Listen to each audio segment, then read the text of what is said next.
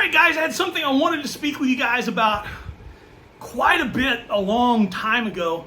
I actually wanted to explain kind of my thought process on vintage lifter squat training. But I had in mind that I wanted to explain it to my buddy Mark Bevins, and the more that I thought about it, Mark Bevins is better than me at everything. Why would I want to help make him even better? I mean, but it came to my mind again today as I'm going through my squat program that Mark's really one of the best guys that I know. Mark was introduced to me. He's a master's level strongman over the age of 50, and we competed together a couple of times in the over 40s. Both times I was there, he beat me badly both times. But he was introduced to me by Shane Solomon, and Shane is my best friend of best friends. So, and Shane is one of those guys where if he introduces you to someone, or he introduces someone to you, then you are generally someone special and unique. He just kind of ends up running into those kind of circles. So he introduced me to Mark, and then immediately you realize, hey, this guy's a good guy. And then after talking to him for a few minutes, you realize this guy is a heck of a guy. And looking at the different places that he's trained and the groups that he's been a part of over his lifetime, you know that he's a good guy. And you watch him compete, and he's just an absolutely amazing athlete, and he's been training and competing, I guess, as far as you can go back in life, and he's still going. Has some shoulder issues and some other things like all of us, but just an absolute monster when it comes to strongman. And then you put him in master strongman, and then you put him in the over 50 group, and then you're just like, wow. And then, of course, I had a chance to talk with him, and you realize that he's one of those guys that asks questions, and he listens more than he asks, and he pays attention. He's probably the one guy, not the one guy, one of two strongmen over the age of 50, one of three. I've got three guys over the age of 50 that I really love watching them train. I mean, like, puts a smile on my face watching them train. So everything that he does in training, I stalk. Sorry, man, I stalk you. So anyway, looking at the squat ideas, the thing is, as you become more vintage in age, you have bumps and bruises. Like right now I've got an elbow that feels funky, and I don't know why. I haven't trained, and it hurts. It's not from pressing. I haven't pressed enough to make it hurt. And I don't mean in weight. I mean like often. Like I haven't done anything in days, and it just hurts like bad. Your back just hurts. Your knees just hurt. Things just kind of, your body gets wear and tear. So you have to make adjustments, and you realize there are some exercises that you just cannot do. There's some things that your body has limitations, and your body says, hey, we don't do this anymore. There are a lot of things that you can do, but you're going to pay for it. You're going to have some pain. You're going to have some discomfort. You're going to pay for it for the next 4 to 5 days. And then you have a lot of exercises that you can do, and your body's perfectly fine. The issue is a lot of those exercises tend to kind of somewhat be worthless towards your progress. Or at least you haven't placed a way to figure out how to put them all together to make them work for you. So the vintage lifter has to do things a little bit different. I think one of the options you can do is, like, if you're creating a leg day or a lower body day or a squat day, something that falls into that area. You know what I mean? What you can do is you can lower the intensity a little bit. You can pick and choose, let's say, 3 different exercises. You probably have 3 different exercises that you can do on some kind of rotation for lower body, for squats. You probably know a set and rep scheme that you can do. You should know a bunch. Max, the ones that I like, work up to a max 5, a 3 sets of 3 at the same weight, a max 3, a 2, and a single. You've got 80% for 5 sets of 2. You have 70 to 75% for 5 sets of 5. You've got 90% for 3 sets of 1. Oh my gosh, you've got all the different things with bands and chains and dynamic effort and 5 to 12 different sets of 2 with 50 to 65% plus 15 to 25% bands and chains. You have partials. You have a reactive method, which is one that I really like, where as soon as you start your set, you do not stop moving until you've completed all of your reps, no matter what. We have lots of different options, and you should know something that works for you, sets and reps wise. So what you can do is on the day, you try to pick out, what is the most intense set and rep range that you can work with on the day.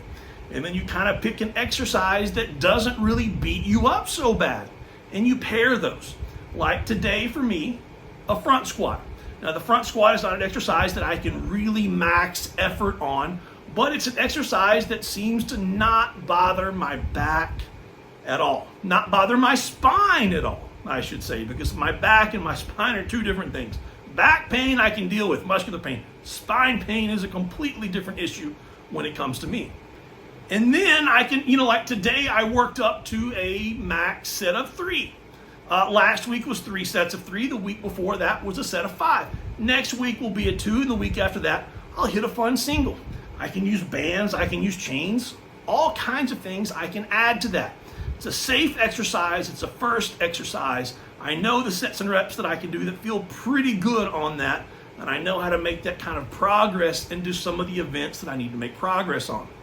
The second exercise that I did was a partial. It was bottom position, but not full. It probably wasn't even a quarter squat out of the front squat, but I'm doing it to help improve the top half of my loading as well as the explosion on all of my overhead pressing. I did 5 sets of 2 and a couple of singles after that with roughly what I want to overhead press plus some band tension on top of that, working on that full extension.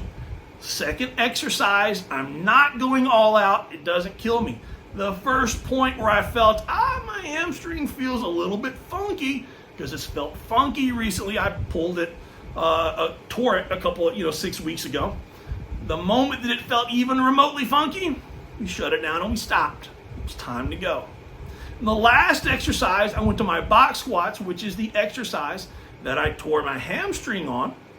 And I just did some very light reactive box squats. So I used the empty bar today, heavy bands, which is like 200 pounds of band tension, stand up, set back, and as soon as I start to go down, I do not stop until I finish my last rep. And today was 4 sets of 5 reps. It's the beginning. Every week will be a little bit more progressive. So 1, 2, 3, 4, 5. You don't stop moving. I'm not bouncing at the top or the bottom, but I'm not resting anywhere until I finish those. I can pick and choose how much weight that I want on the bar. The same way I can pick and choose how intense I want to make it that day, how far I want to push it. Third exercise of the day. All 3 different, all 3 with a different purpose, all 3 with a different set and rep range. And now that it's over, my legs, top to bottom, they're kind of fried. And I'm walking away productive without being injured and without anything hurting. So while I've always believed and felt that the 3 exercises that build the most for me, the 3 squats that I can do that build all of my strongman events like nothing other, number 1 has always been box squats in at least tight briefs, if not a good pair of briefs and a suit with the straps down. Dynamic effort method, really intense with a ton of band tension. And I do mean like eyeball busting band tension. 5 to 10 sets of 2, short rest periods between. Make your head explode. The second exercise has always been some kind of middle ground weightlifting-ish squat. Sort of a high bar squat going fairly heavy, chest upright, fairly raw. The Spud Inc. Gateway briefs are absolutely solid. Some knee sleeves, maybe some loose knee wraps. Working on that absolutely works for me. And the front squat with the harness, same thing with the Spud Inc. Gateway briefs. Working on my front squat has always been something to help my body progress through all of the events. The issue is the weightlifting squat ends up bothering my elbows, wrists, biceps a little bit, shoulders a little bit. So fine, you rotate things in and out. I've got little OBB power handles I can put on there. I can go back and forth between that and front squats. Front squats, it's hard to go max effort because what do you do with the harness that I've got if you start to miss a rep? And sometimes missing means you're walking that perfect line or you just get out of the groove. But it's dangerous. So you can't go all out max effort. I don't even mean super heavy. I just mean effort-wise. And the last one, my box squats, my favorite one, my bread and butter. I hate to admit it, but my box squats with the SS yoke bar, even with the gear, even with the belt, and using more bands than bar weight, that's the combination of things that bothers my spine the most. So the one exercise that's always been the most productive is the one that bothers me the most. So if you're a vintage strongman, you're a vintage lifter, you don't have to walk in the gym and pick one exercise that you're going to do today, and you have your one set and rep scheme that you're focused on right now and digging into that. Maybe instead of going 100% or even the Masters lifter 93% into that, maybe backed it off into like 85%. Maybe 80% of your work capacity effort of that for the day. And then pick a second exercise. Something that works a different part of that squat, a different part of your legs, a different something that you want to build. I mean, gosh, just right over here, I've got a Man Ray, I've got a Texas squat bar, a regular squat bar, a weightlifting bar, I've got a Buffalo bar, OBB handles, SS yoke bar, all kinds of options that I could do. Tons of bands, tons of chains, reverse chains, double bands, weight releasers, bumper plates, or steel, whatever that you want. You got all kinds of options.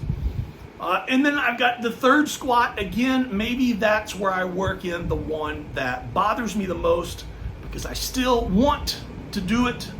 I need to do it mentally and physically somehow, but I need it to take the least grind out of my body that it can. And if you want to rotate those things, let's say we labeled exercise 1, 2, and 3. Next week, you move exercise 2 up to exercise 1. You can keep your progression that you were doing here. Maybe you were doing a heavy 5s or a heavy 3s. Move this up to the heavy 5s and heavy 3s.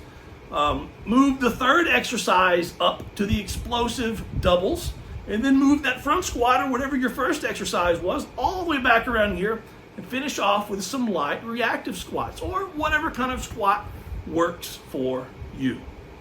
So I just want you to think about the sets and reps that work for you, possibly pulling back your training intensity a little bit, and instead of having one exercise that is your bread and butter that you use to fill up your entire plate, maybe take a third, and a third. Let them all work from different directions in different ways to kind of build the complete meal. And then, of course, being a vintage lifter,